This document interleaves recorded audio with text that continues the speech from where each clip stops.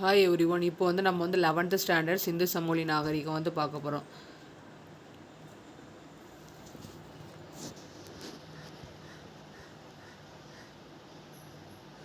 முதற்கட்ட நகரமயமாக்க மக்கள் சிந்து நாகரிகத்தில் வாழ்ந்தாங்க. சிந்து பகுதியில் நாகரிகம் உச்சத்தில் இருந்தபோது இந்த புதிய கற்கால இடைக்கற்காலம் இந்த மாதிரி இந்த கற்காலம் எங்கள் இந்தியாவோட மற்ற பகுதிகளெலாம் இருந்துச்சு. சிந்து பகுதியில் சிந்து பகுதியில் ஹரப்பா நாகரிகம் இருந்த காலம் இந்தியாவோட மற்ற பகுதியை புதிய கற்காலம் இடைக்கற்காலம் முறை ஃபாலோ பண்ணிட்டு இருந்தாங்க. இந்தியாவோட வடமேற்கு பகுதின்னு சொல்லும்போது கிமு 3000 இதுதான் சிந்து சமவெளி நாகரிகம் இருந்ததற்கான சான்று. அந்த நாகரிகம் அடையாளம் காணப்பட்ட ஃபஸ்ட்டு பிளேஸ்ன்னு சொல்லும்போது ஹரப்பா தான். ஓகேவா? அதுக்கப்புறமா இங்கே புதிய கற்கால கிராமங்களில் கிராமங்களோட தொடக்கம் இருந்ததுக்கான சான்று இருக்குது. கிமு 7000 புதிய கற்கால சான்றுகள்லாம் இருக்குது. இது மெஹர்கரோட காலத்தை ஒத்து போகிற மாதிரி இருக்கும். ஃபஸ்ட்டு ஹரப்பாவுக்கு ஃபஸ்ட்டு வருகை புரிஞ்சதுன்னு பார்க்கும்போது யார் வந்தாங்கன்னா, உங்களுக்கு ஆல்ரெடி நான் இதெல்லாம் சொல்லியாச்சு. தொடக்க கால ஹரப்பா பொது ஆண்டுக்கு முன்பு 3300 2600 வரும். இதில் 3000 2600 வரை போட்டிருக்காங்க. அப்புறமா உங்களுக்கு 9th 3300 போட்டிருப்பாங்க. இதில் 3000 போட்டிருக்காங்க. ஹரப்பாவுக்கு ஃபஸ்ட்டு யார் வந்தாங்கன்னா சார்ல்ஸ் மேசன் தான் வந்தாங்க. ஓகேவா? 1826 வந்தாங்க. அதுக்கப்புறமா 1831 பார்க்கும்போது இங்கே ஹரப்பா பண்பாட்டோட தொடர்புடைய இடத்துக்கு அலெக்சாண்டர் பர்ன்ஸ்னு ஒருத்தவங்க வருகை புரிஞ்சாங்க. அந்த டைமில் தான் லாகூருக்கும் முல்தானுக்கும் இடையில ரயில் பாதை அமைச்சாங்க. அப்போ இதெல்லாம் பற்றி அவங்களுக்கு நாலேஜ் இல்லாமல் இருந்தது. அதனால் ஆல்ரெடி நான் இதை சொல்லிட்டேன் 9th ஸ்டாண்டர்ட் 6th ஸ்டாண்டர்டில். அப்போ நாலேஜ் இல்லாமல் இருக்கும்போது அவங்க அதை அந்த கற்களுக்கு பதிலாக அந்த centre part of the track இருக்குல்ல அதில் அவங்க யூஸ் பண்ணிட்டாங்க. அதுக்கப்புறமா 1861 பார்க்கும்போது 1861 அலெக்சாண்டர் ஹன்னிங்கம் அவங்க ஒரு நில அளவையாளர். இவங்க ஃபஸ்ட்டு முத்திரையை எடுத்தாங்க. இவங்களுக்கு தான் அந்த ஃபஸ்ட்டு முத்திரை கிடச்சிச்சு. அதுக்கப்புறமா 1853 1856 1875 இதிலலாம் ஹரப்பா பார்வையிட்டாங்க. நெக்ஸ்ட்டு இதெல்லாம் ஆராய்ச்சி எடுத்து பார்க்கும்போது ஹரப்பாவோட முக்கியத்துவத்தை அவங்க உணர்ந்து நிறைய ஆய்வுகள்லாம் செய்யறதுக்கு ஆரம்பித்தாங்க. அப்படி செஞ்சது யாருன்னா சர் ஜான் மார்ஷல் தான் ஃபஸ்ட்டு செய்யறதுக்கு முக்கியத்துவம் கொடுத்தது. அவங்க யாராக இருந்தாங்க, ஏஎஸ்ஐ இருக்குல்ல, ஆர்கியாலஜிக்கல் சர்வே ஆஃப் இந்தியா, அதோட இயக்குனராக இருந்தாங்க. 1940 சொல்லும்போது REM வீலர் இவங்க ஹரப்பா ஆய்வு செஞ்சாங்க. இது இந்திய பிரிவினைக்கு பிறகு பெரும் பகுதியோட ஹரப்பா பாகிஸ்தானுக்கு போயிட்டு, அப்போ அங்கே நம்ம ஆய்வு செய்ய முடியாதுல்ல, அதனால் அதை கொஞ்சம் கைவிட்டிருந்தாங்க. நம்மளோட பரப்புன்னு சொல்லும்போது எங்கள் காலிபங்கன் ராஜஸ்தானில் இருக்குது. லோத்தல் உங்களுக்கு எங்கே இருக்குது? குஜராத்தில் இருக்குது. ராகிஹர்கி எங்கே இருக்குது? உங்களுக்கு ஹரியானாவில் இருக்குது. தோலவீரா குஜராத்தில் இருக்குது. இந்த இடத்துலலாம் அவங்க 2வது பார்க்கறதுக்கு ஆரம்பித்தாங்க, ஆய்வு செய்யறதுக்கு ஆரம்பித்தாங்க. அதுக்கப்புறமா 1950க்கு பிறகு மேற்கொள்ளப்பட்ட ஆய்வு பயணங்கள் அகழ்வாய்வுகள் ஹரப்பா நாகரிகத்தையும் அவங்களோட இயல்பையும் தெளிவாக புரிஞ்சுக்கிட்டதுக்கு நமக்கு உதவுச்சு. அமைவிடம்னு பார்க்கும்போது ஏற்கனவே நம்ம பார்த்தாச்சு 1.5 மில்லியன் சதுர கிலோமீட்டர் இருக்குதுன்னு. இது மொத்தத்தில் இந்தியாலையும் பாகிஸ்தானையும் சேர்த்து தான் இருக்குது. அதுக்கப்புறமா மேற்குன்னு பார்க்கும்போது பாகிஸ்தான் ஈரான் எல்லையில் அமைந்துள்ள சர்க்கார் ஜெண்டர் குடியிருப்புகள் பார்த்தாச்சு, ஏற்கனவே 9th பார்த்தாச்சு. இது ஜஸ்ட் ரிவிஷன் மாதிரி தான் இருக்கும். வடக்கில் ஷார்டுகே ஆப்கானிஸ்தான், கிழக்கில் ஆலம்கிர்பூர் யூபினா உத்தரப்பிரதேசம், தெற்கில் தைமதாபாத் மகாராஷ்டிரா. ஓகே, அப்புறமா இது எல்லாமே சிந்து நகர பகுதியின் எல்லைகளாக இருந்துச்சு. இந்தியாவிலன்னு பார்க்கும்போது குஜராத், ராஜஸ்தான், அப்புறமா வந்து ஹரியானா. சரியா? இதோட மையப்பகுதிகளில் இருந்து ஹரப்பாவோட சிந்து சமவெளி நாகரிகத்தோட மையப்பகுதிகள்லாம் இந்த பாகிஸ்தான்லேயும் குஜராத், ராஜஸ்தான், ஹரியானாலையும் இருக்குது. தொடக்கம்னு பார்க்கும்போது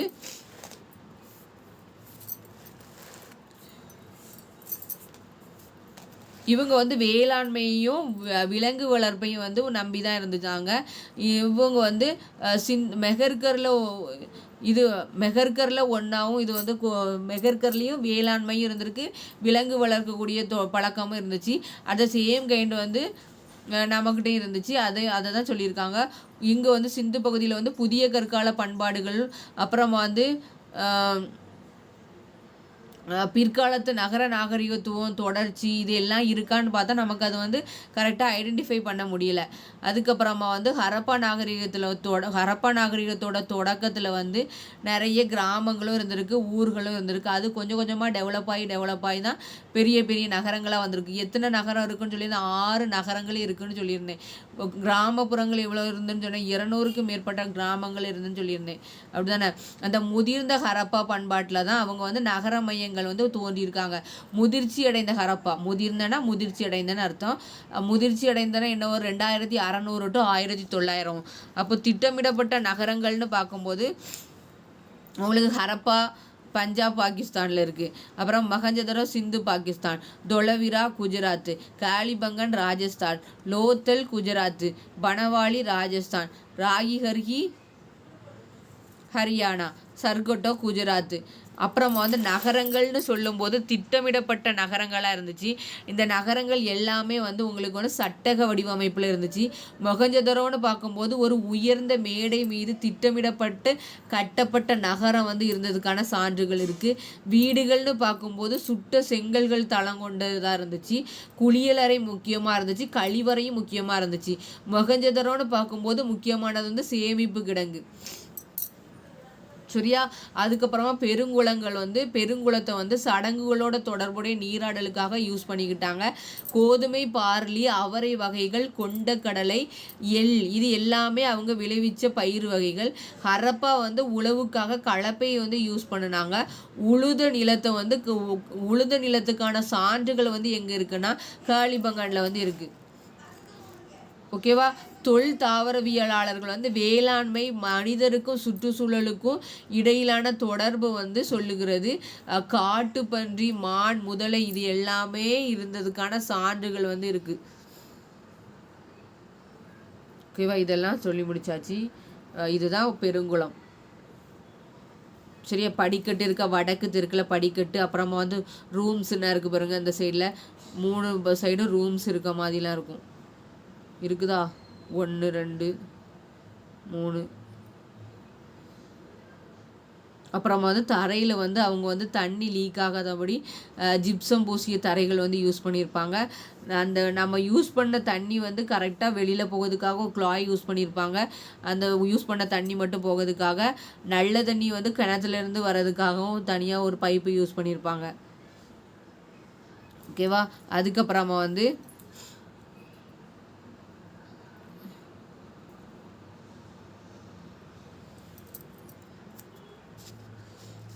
நெக்ஸ்ட் வந்து கார்னீலியன், இவங்க வந்து மேய்ச்சலுக்காக வந்து விலங்குகளை வந்து பயன்படுத்தினாங்க.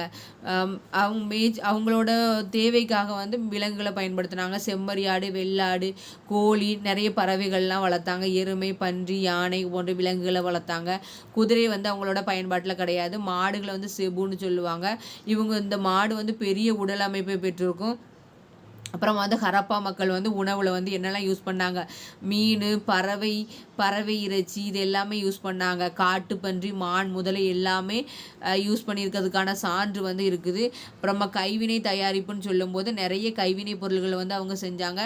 மணிகள் மற்றும் அணிகலன்கள் செய்தல், சங்கு வளையல் செய்தல், உலோக வேலைகள், நிறைய கைவினை பொருள்கள்லாம் செஞ்சாங்க. அதுக்கு வந்து என்னெல்லாம் யூஸ் பண்ணாங்க? கார்னீலியன்னா மணின்னு அர்த்தம். ஜாஸ்பர் கிறிஸ்டல் வந்து படிகக்கல்.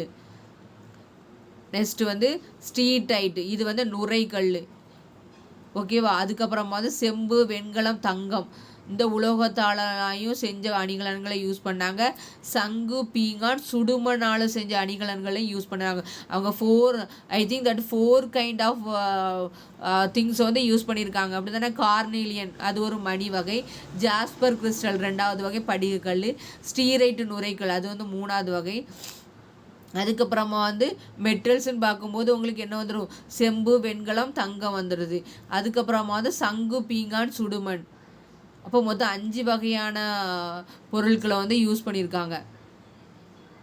அந்த சங்கு, பீங்கான், சுடுமண் வந்து சீக்கிரமாக வந்து பிரேக்கபிள் ஆகக்கூடிய திங்ஸு. அப்போ 5 வகையான திங்ஸ் வந்து யூஸ் பண்ணியிருக்காங்க. அதுக்கப்புறமா வந்து இந்த மாதிரி அணிகலன்களை செஞ்சு மெசபடோமியாவுக்கும் ஏற்றுமதி செஞ்சுருக்கிறதுக்கான சான்றுகள்லாம் இருக்குது. கலைப்பொருட்கள் ஏற்றுமதியான செய்தி வந்து மெசபடோமியாவில் நடத்தப்பட்ட அகழ்வாய்வு மூலம் வந்து தெரிய வருது.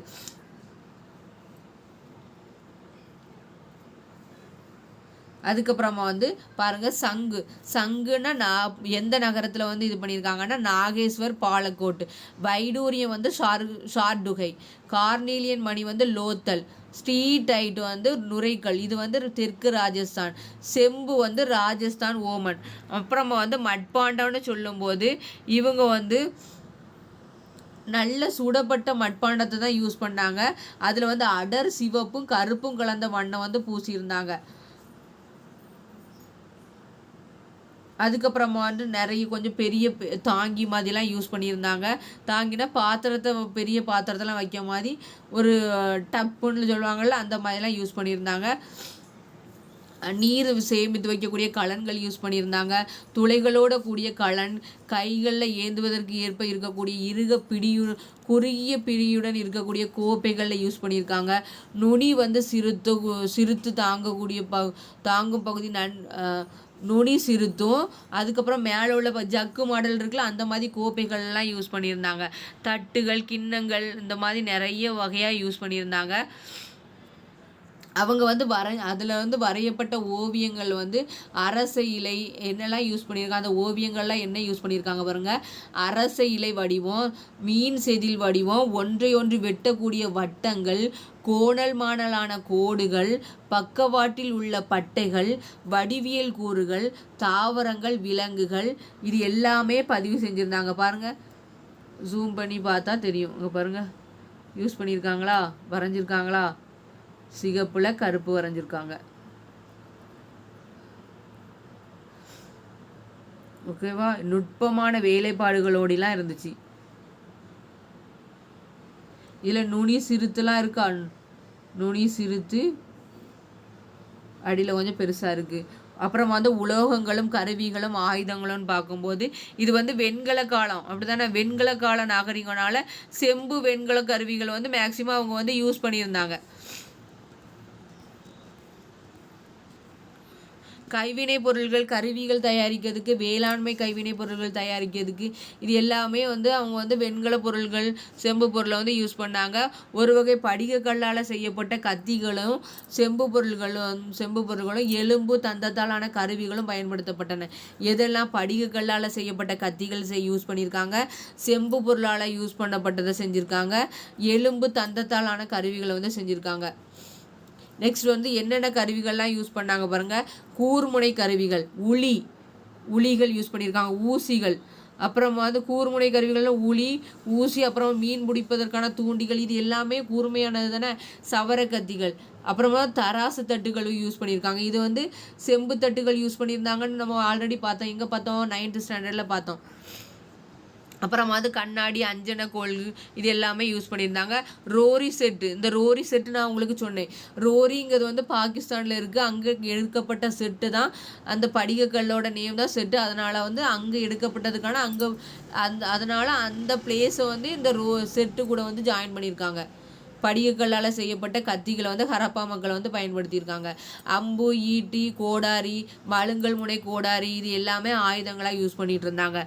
ஆல்ரெடி சொல்லியாச்சு, இரும்பை வந்து அவங்க யூஸ் பண்ணலைன்னு. ரோரி செட்டு இதுலேயும் கொடுத்துருக்காங்க. இந்த படிவு பாறை வந்து பாகிஸ்தானில் உள்ள ரோரி பகுதியில் வந்து கிடைச்சிருக்கு. ஹரப்பா மக்கள் கத்திகளும் பிற கருவிகளும் செய்யறதுக்காக பயன்படுத்தியிருக்காங்க. அப்புறமா துணிகள், அணிகலன்கள்னு பார்க்கும்போது இவங்க வந்து துணியாலான ஆடைகளை வந்து யூஸ் பண்ணியிருக்காங்க. கல்லும் உலோகத்தாலான அணிகலன்களை வந்து யூஸ் பண்ணியிருக்காங்க. பருத்தி பட்டு இந்த அறிவு எல்லாமே அவங்களுக்கு இருந்துச்சு. சுடுமண் பொம்மையில் மதகுரு போல் தோற்றம் அளிக்கக்கூடிய உருவம், அப்புறமா வந்து துணியாலான பூ வேலைப்பாடுகள்லாம் செஞ்சுருந்தாங்க. அப்போ வந்து இங்கே மதக்கல் பார்த்தீங்க அப்படி தானே, அந்த மதகுருவோட ஸ்டீரைட்டில் செஞ்ச கல்லை வந்து மாக்கல்லால் செஞ்சதை வந்து நீங்கள் பார்த்தீங்க. அப்போ அவங்க வந்து ஒரு இடது தோளில் வந்து ஒரு கிளாத்து யூஸ் பண்ணியிருந்தாங்க. அதில் வந்து பூ வேலைப்பாடுகள்லாம் போட்ட துணி மேலாடை யூஸ் பண்ணியிருந்தாங்க. அந்த மாதிரி தான் அவங்களோட ட்ரெஸ்ஸிங் சென்ஸ் எல்லாம் இருந்தது. அப்புறம் வந்து மொஹஞ்சதாரோன்னு பார்க்கும்போது அங்கே நடனமாடக்கூடிய பெண் சிலை வந்து இருந்துச்சு. முழங்கையில் மேல் வர வளையல் யூஸ் பண்ணியிருந்தாங்க. அதுக்கப்புறமா வந்து ஹரப்பா மக்கள் வந்து கார்னிலியன் செம்பு தங்கம் இது மூலமாக செய்யப்பட்ட அழகிய வேலைப்பாடுகள் கொண்ட அணிகலன்களெல்லாம் உருவாக்குனாங்க. எதில்? கார்னிலியன் செம்பு தங்கம். ஓகேவா? இது மெசபடோமியாவுக்கும் ஏற்றுமதி செய்யப்பட்டது. ஒப்பனை பாண்டங்கள், கல்லாலான பாத்திரங்கள், சங்கு வளையல்கள் இது எல்லாமே பயன்பாட்டில் இருந்துச்சு. வணிகமும் வர்த்தகம்னு பார்க்கும்போது பொருளாதார செயல்பாட்டில் வந்து வணிகமும் வர்த்தகம் வந்து ஹரப்பாவில் வந்து முக்கிய பங்கு வகிச்சிச்சு. ஹரப்பா மக்களுக்கு வந்து மெசபடோமியாவோட நெருங்கிய தொடர்பு இருந்தது. சுமேரிய நாகரிகம்னு பார்க்கும்போது சுமேரிய நாகரிகம் வந்து ஓமன், பக்ரைன், ஈரான், ஈராக்கு இந்த இடங்கள்லாம் வந்து ஹரப்பாவை சேர்ந்த முத்திரைகளும் பொருள்களும் வந்து கிடைச்சிருக்காங்க. ஓகே, சுமேரிய நாகரிகம் எங்கெல்லாம் இருக்குது? ஓமன், பக்ரைன், ஈராக்கு, ஈரான் இந்த இடம் தான் சுமேரிய நாகரிகம். இங்கே வந்து ஹரப்பாவை சேர்ந்த முக்கியமான முத்திரைகளும் பொருள்களும் கிடைத்துள்ளன. யூனிஃபார்ம் கல்வெட்டு குறிப்புகள்னு சொல்லும்போது இந்த குறிப்புகள் மூலமாக வந்து மெசபடோமியாவுக்கும் ஹரப்பாவுக்கும் இடையான வணிக தொடர்பு வந்து நம்ம வந்து தெரிஞ்சுக்கிடுதோம். இங்கே இருக்கக்கூடிய மெழுக்காங்க வேர்டு வந்து சிந்து சமோலி சிந்துவை குறிக்கக்கூடிய பகுதியாக இருக்குது. ஹரப்பாலன்னு பார்க்கும்போது அங்கே செய்யப்பட்ட ஜாடி வந்து ஓமனில் கண்டெடுக்கப்பட்டிருக்கு. ஹரப்பாவோட ஜாடி எங்கே கண்டுபிடிக்கப்பட்டிருக்கு? ஓமனில். அப்போ ஜாடின்னு வரும்போது அதில் வந்து ஜாடி எப்படி இருக்கும்? நம்ம வந்து அந்த ஜாடியில் வந்து உள்ள சவுண்ட் விட்டோன்னா ஓன்னு சவுண்ட் விட்டோன்னா அது வந்து எக்கோ அடித்த மாதிரி இருக்கும். அப்போ ஓமன் அந்த மாதிரி ஞாபகம் வச்சுக்காங்க. அப்புறமா வந்து ஹரப்பாவை சேர்ந்த முத்திரைகள், எடைக்கற்கள், தாயக்கட்டைகள், மணிகள் இது எல்லாமே மெசபடோமியாவில் கண்டுபிடிக்கப்பட்டிருக்கு. கார்னீலியன், வைடூரியம், செம்பு, தங்கம், நிறைய பல வகைப்பட்ட மரங்கள் எல்லாமே ஹரப்பாவிலிருந்து மொஹஞ்சதாரோவுக்கு வந்து ஏற்றுமதி செய்யப்பட்டிருக்கிறதுக்கான சான்றுகளும் இருக்குது.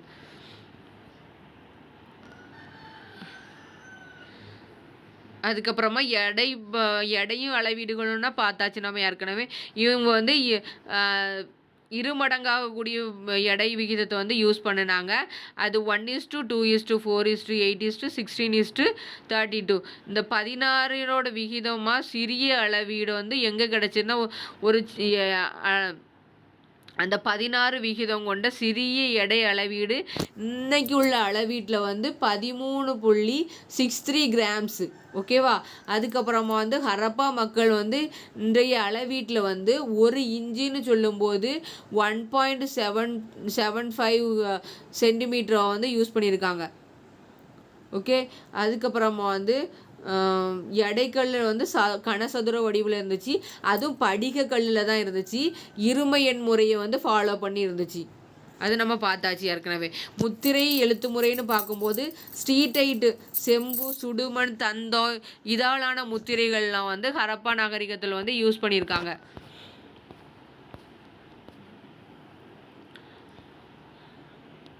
அதுக்கப்புறமா ஆல்ரெடி நம்ம பார்த்தாச்சு 5000க்கும் மேற்பட்ட எழுத்து தொடர்கள் வந்து ஆவணப்படுத்தப்பட்டிருக்கு. இதில் வந்து மிக நீளமாக கருதக்கூடிய எழுத்து தொடர் வந்து 26 குறியீடுகளை கொண்டுள்ளது.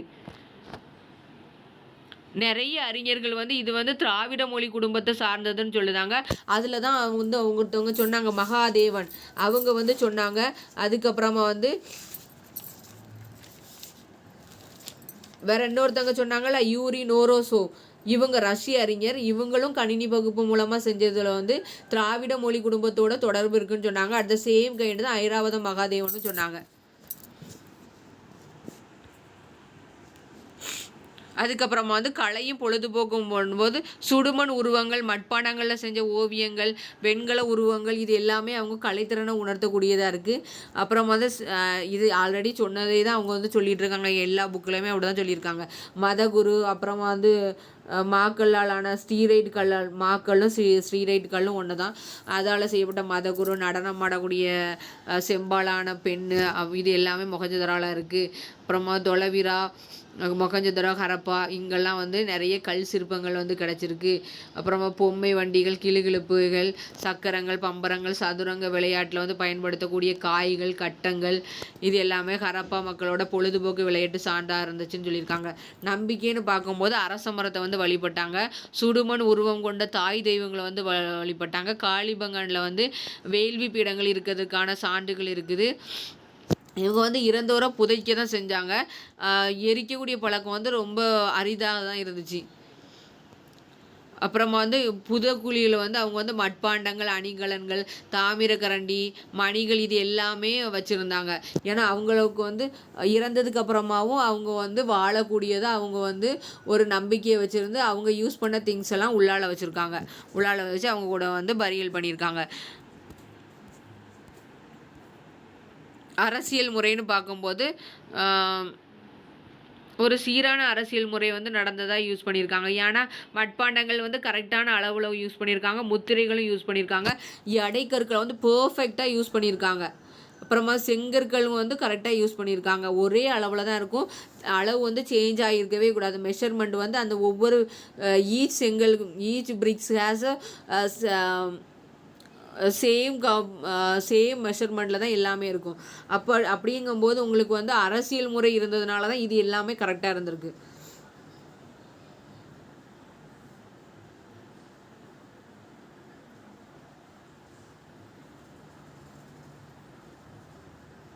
இதெல்லாம் நம்ம திராவிட மொழிகளில் யூஸ் பண்ண மாதிரி சொல்லியிருக்காங்க.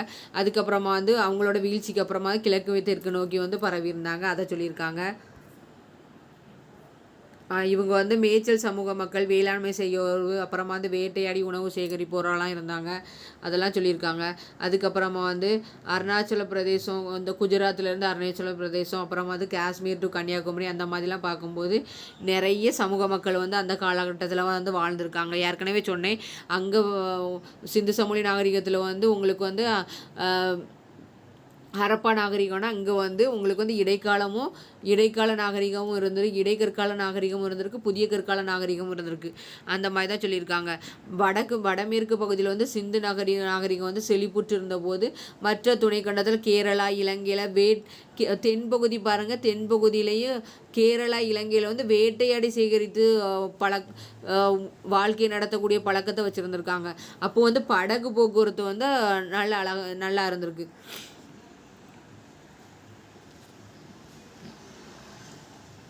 இது வந்து சிந்து நாகரிகமும் தமிழ் நாகரிகமும் எப்படி இருந்ததுன்னு யூஸ் பண்ணியிருக்காங்க.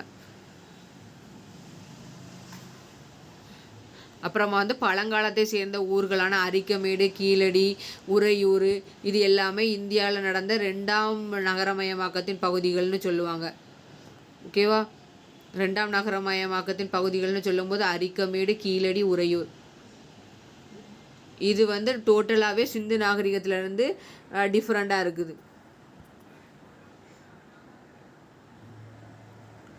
உங்களுக்கு வந்து 1900 உங்கள் சிந்து சமவெளி நாகரிகம் வந்து கொஞ்சம் கொஞ்சமாக வீழ்ச்சி அடைய ஆரம்பிச்சுக்கிட்டே இருந்துச்சு.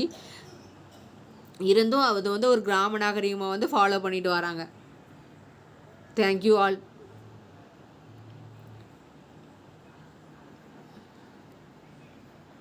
என்னோடய வீடியோ உங்களுக்கு வந்து பிடிச்சிருந்ததுன்னா என்னோடய சேனலை வந்து சப்ஸ்கிரைப் பண்ணுங்கள். உங்களோட ஃப்ரெண்ட்ஸுக்கு வந்து ஷேர் பண்ணுங்கள். அப்போ தான் நிறைய பேருக்கு தெரியும். Thank you everyone.